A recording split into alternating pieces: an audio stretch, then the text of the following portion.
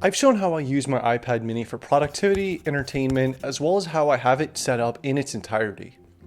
It's also no secret that I enjoy my indulgence of video games as a way to temporarily disconnect and honestly help me avoid creative burnout. I know from the comments alone that there are a good amount of iPad owners who watch these videos, or some of those people who are just on the fence about making the decision whether to get one or not. But today I wanted to talk about something a little more niche in regards to the iPad mini specifically. And that is why I believe the iPad mini might be perfect for the casual or for minimalist gaming. So today I'm going to talk about my experience using the iPad mini for gaming and hopefully explain some things that you might not even know it's able to do. But first, if you're new to my channel, thank you for stopping by. Here we talk about minimalism, frugal living, tech, and things of that nature. So if that sounds good to you and you end up liking the video, be sure to like, and please recalibrate all the subscribe buttons devices so they're forced to watch The Big Bang Theory. Let's get started. The first thing I want to talk about is that it's not a commitment to a dedicated gaming device. And I really just think this is a great place to start. I can't say for certain, but there has to be a good percentage of people out there who don't even bother trying a game because usually right off the bat, it requires committing to a dedicated gaming device in some way. And for any practicing minimalist, this can be a complete deal breaker. For a lot of people, the financial and time commitment required to justify the purchase of a dedicated gaming device might not even make the most sense. But with the other capabilities of my iPad mini, being able to game on it as well makes it much less niche. Capabilities I'll elaborate on later on this list, but for someone who wants to casually play or occasionally play something, the iPad mini, and really any iPad for that matter, is the nearly perfect device. I know that for myself, I used to feel really guilty about owning things I would never or rarely use. So owning something that's dedicated to a hobby might make me feel more pressure to use that thing even if I didn't feel like it. The overall point is that the iPad mini is able to pull its weight when it comes to casual gaming without the requirements of going out and buying a console or a gaming PC. The next thing I wanted to talk about is that it has most of the benefits of a handheld gaming device. Something I've just started to appreciate in my old age is just being able to do things laying down or in a position of comfort. And that leads me to the point of the benefit of a handheld device, which is being able to use it pretty much anywhere. I don't need to be sitting at a desk or have it hooked up to a TV. I could throw it in my bag and out of sight and just have the overall inconspicuousness and convenience of that handheld device.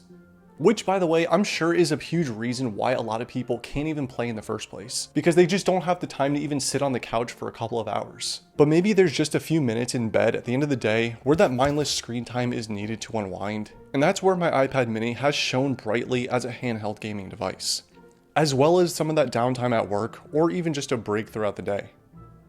It has an amazing library of games. If the library of games on the iPad wasn't that good, this entire video wouldn't even be worth making. It really has something good in almost every genre, and a lot of things that I've tried myself that I can absolutely recommend. Some of my favorites that I've tried include Dredge, Thronefall, Genshin Impact, COD Mobile, Stardew Valley, FTL, Among Us, and my favorite, Balatro. But there are plenty more. Just in the few years that I've owned my iPad, I've seen so many that used to be console or PC exclusive make its way to the App Store, oftentimes at a discount while still being the entire game and not diluted. And in my experience, the App Store does a pretty good job of filtering out the junk games compared to other console stores. As a matter of fact, when I first got my iPad, it included 3 months of Apple Arcade for free, where I got to give that a try. And I will say, if you allow yourself a very small entertainment budget for the month, Apple Arcade is a decent option, because it's much easier to find shows and movies for free online rather than games, just saying. I don't know how much I'm allowed to say about this, but the iPad's pretty good at running emulators as well. I'll just leave it at that. Next is its modularity. I do feel like Apple products are pretty notorious for not letting you do too much as far as customization goes, and even the simple things like changing your own battery, which is very unfortunate. But I have spent a lot of time trying to see if there are ways to use my iPad rather than what's on the surface, or some things that can be paired with or just plugged into my iPad to be used. Which has led me to discover that even controllers as well as a mouse and keyboard can be paired with it to be used for gaming in rare cases. Once I paired my controller to play certain things in the iPad mini, it was pretty shocking to see how well it responded and how similar it was to playing on an actual console it really felt in some cases.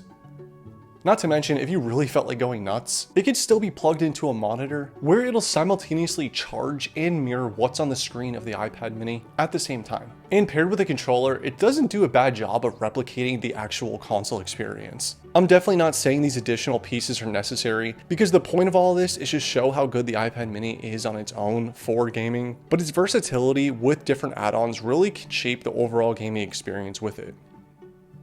Next is Discord. Being able to chat with my friends in a room while playing the game with them simultaneously is really just the icing on the cake. I really feel spoiled that chatting online with friends and playing the games with them online is completely free on iPad, while on every other console it requires a subscription fee. A few months ago, a large group of us were playing Among Us, where a few people were on their computer, a few were on console, and I was on my iPad mini. Playing the game on Discord, chatting with everyone pretty seamlessly and completely free. And I remember that moment specifically being the moment I realized how capable the iPad mini is for gaming and socially gaming with friends. And even when I'm not playing something with friends, there have been several times where I was just at work and had some of my friends stream whatever they were playing or doing to Discord and just have the iPad on my desk where I watch them and chat with them. There's not much else to say except that having Discord on the iPad is probably not talked about or appreciated enough. Overall, the iPad mini can absolutely serve as the perfect thing for the semi-casual gamer or even someone who gets that occasional itch to play something. I realized that this was a rather niche topic to talk about in regards to the iPad mini, but reading through some of the comments, I do know there are a lot of iPad and iPad mini owners out there who hopefully got some value from this. Anyways, I hope you did get some value from this, and if you had any questions about anything I talked about today, please leave it in the comments, and I'll be sure to get back to you. Anyways, as always, I appreciate the time you spend here, and I appreciate you watching. If you did like this video, and you like this type of content, be sure to like, and consider subscribing to my channel, and I'll see you next time.